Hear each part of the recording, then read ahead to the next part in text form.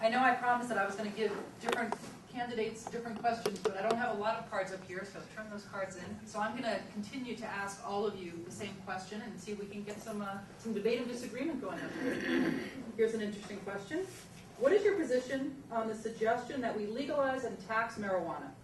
Is this the way out of our budget deficit crisis? Who's first? I'll start at the other end this time.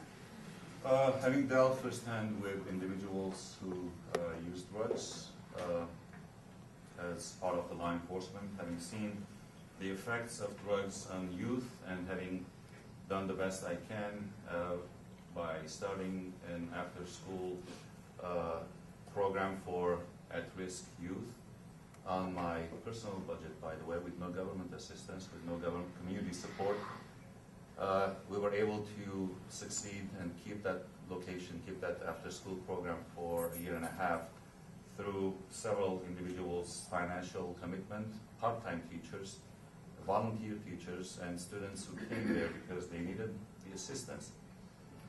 I do know that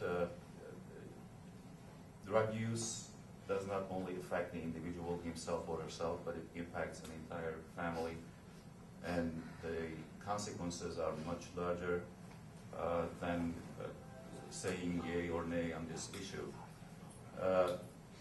Incarceration costs $40,000 to $45,000 per year per one individual, whereas if we focus on education, it'll cost less than $7,000 per individual, and we should do the utmost that we can in order to keep drugs away from youth, away from adults. And of course, we are not talking about the medical part of it.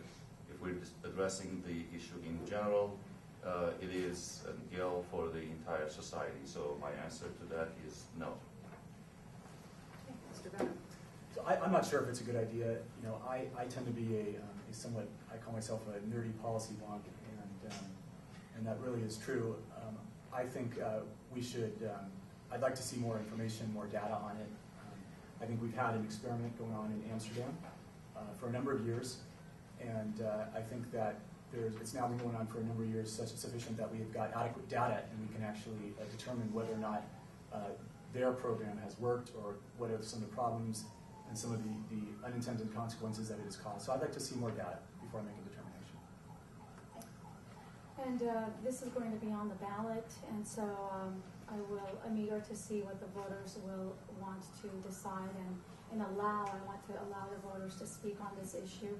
And should it be decriminalized, I think the taxation that we can get from it will be very, very useful in this economy of crisis, and that we have a lot of gaps in our budget, and the gaps in our budget could be very, it could be very useful to do the things that the state needs to do.